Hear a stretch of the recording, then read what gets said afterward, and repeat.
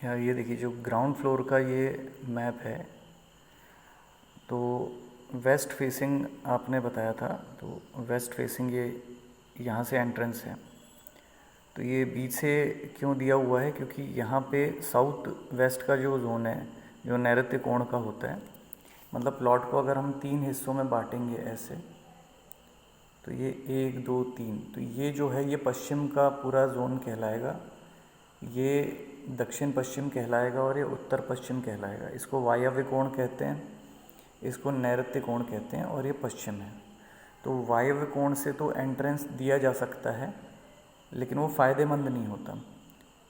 Main जो है वो बीच में होना चाहिए, वेस्ट में, और साउथ वेस्ट से तो हम बिल्कुल भी नहीं दे सकते, ये दोष हो जाएगा, इसलिए बीच से दिया गया है।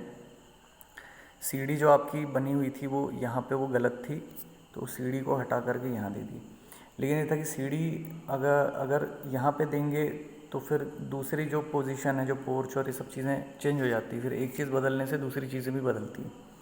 तो मेन जो बेडरूम होता है, मास्टर बेडरूम, वो यहाँ पे दिया गया है, क्योंकि साउथ वेस्ट में दक्षिण पश्चिम में होना ज़रूरी है, यहाँ देना ही पड़ेगा। ठीक है, उसके अनुसार जो है बेडरूम बच्चों के लिए नॉर्थ वेस्ट का ज़्यादा अच्छा है। वो इसलिए है, वैसे नॉर्थ ईस्ट में भी अच्छा होता, लेकिन वो एक उम्र तक ही रहता है, 15-16 साल की एज तक रहता है, फिर उसके बाद में नॉर्थ ईस्ट का नुकसान देने लग जाता है, वो फिर ठीक नहीं होगा। तो इसलिए यहाँ पे मैंने बेडरूम दिया हुआ है, क्योंकि बाकी की जो पोजीशन थी उसके अकॉर्डिंग है। हॉल सेंटर पे दे दिया है, पूजा रूम भी आप अपने हिसाब से छोटा बड़ा कर सकते हैं, इतना पूरा बड़ा बनाने की ज़रूरत नहीं, इसलिए मैंने भी इसमें जो डायमेंशंस है वो मैंने नहीं लिखे हैं। बस आप इतना समझ लीजिए कि इसको टोटल 9 हिस्सों में जब हम बांटते हैं इस तरीके से, तो जो ये उत्तर पूर्व है, ईशान्य कोण है, ये पूर्व का जोन है, ये दक्षिण पूर्व का जोन है, अग्निकोण जिसको कहते हैं, ये सेंटर है ब्रह्म स्थान, ये उत्तर है, ये दक्षिण है, ये उत्तर पश्चिम है, ये पश्चिम है, और ये दक्षिण पश्चिम है। ये ऐसे 9 जोन पे मैं करता हूँ, 9 जो डायरेक्शन होती है मेन उस पर।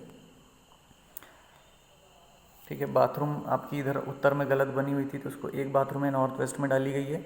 ये वाली जो बाथरूम है ये दक्षिण में आएगी, लेकिन इस 6वें ग्रिड में बनाना है इसको, मतलब जो टॉयलेट शीट जो देंगे, बाकी नहाने वगैरह का हो सकता है, और जो देंगे वो 6वें ग्रिड में। 6वां ग्रिड कैसे निकालना है, यहाँ से यहाँ तक के 9 हिस्सों में हम बांटेंगे, 9 हिस्से बनाएंगे, तो 9 हिस्से जब यहाँ तक के जो कंस्ट्रक्टेड एरिया है यहाँ तक के सिर्फ, ठीक है, पूरा इतना नहीं लेना है, यहाँ तक के 9 हिस्सों में बांटेंगे हम ऐसे। तो जो 6वां हिस्सा है यहाँ कहीं पे आप उसको बैठाएंगे, उसको मतलब इंजीनियर से कहेंगे कि यहाँ पर टॉयलेट शीट आएगी। तो थोड़ा सा दोष यहाँ भी है, थोड़ा सा है, ठीक है, ज़्यादा वाला नहीं है, मेजर दोष नहीं है, थोड़ा सा है।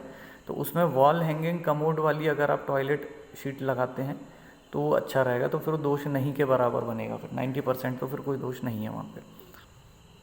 और जो छोटे मोटे उपाय और इसको बेटर बनाने के लिए हो सकते हैं वो फिर मैं आपको बाद में बता दूंगा। तो इस तरीके से है।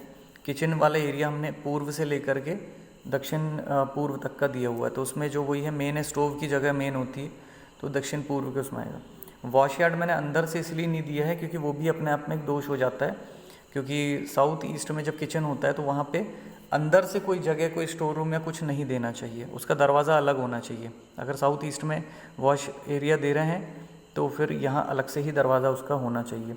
और उसमें भी लेकिन एक बात का ध्यान रखेंगे, वैसे यहाँ पे वॉश एरिया बनाया नहीं जाता है, ठीक है, वो भी अब दोष होता है। लेकिन क्या है, अब चूँकि और कोई तो जगह है नहीं यहाँ पे बनाने के लिए, तो यहाँ पे आपको प्लेटफॉर्म जैसा थोड़ा सा ज़मीन से 2-3 फीट 2 फीट उठ के या जैसा भी है ऊंचा बना लीजिए, जैसे किचन का प्लेटफॉर्म होता है, वहाँ पे उसके ऊपर फिर नल वगैरह लगा के, जैसे वॉश बेसिन देते हैं तो अलग से एक वॉश बेसिन जैसा देके वहाँ पे फिर आप कपड़े बर्तन या कुछ धोएं, जो भी है। वॉश बेसिन में तो खैर कपड़े नहीं धो सकते, तो एक चेम्बर एक ऐसा बना लीजिए प्लेटफॉर्म जैसा, यानी गड्ढा नहीं करना है ज़मीन में, मेन ये बात है बस, ठीक है।